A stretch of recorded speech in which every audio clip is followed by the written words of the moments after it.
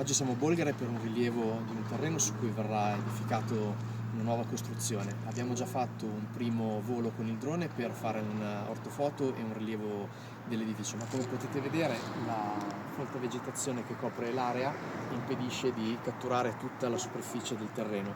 Integriamo quindi con un rilievo SLAM che ci permette di avere la nuvola di punti e quindi il rilievo a terra di tutta la parte che non siamo riusciti a vedere con il nostro drone.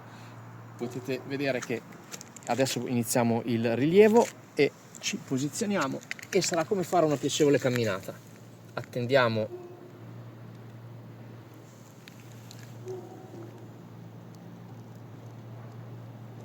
che si inizializzi lo strumento e poi sarà sufficiente muoversi per avere un rilievo con precisione centimetrica.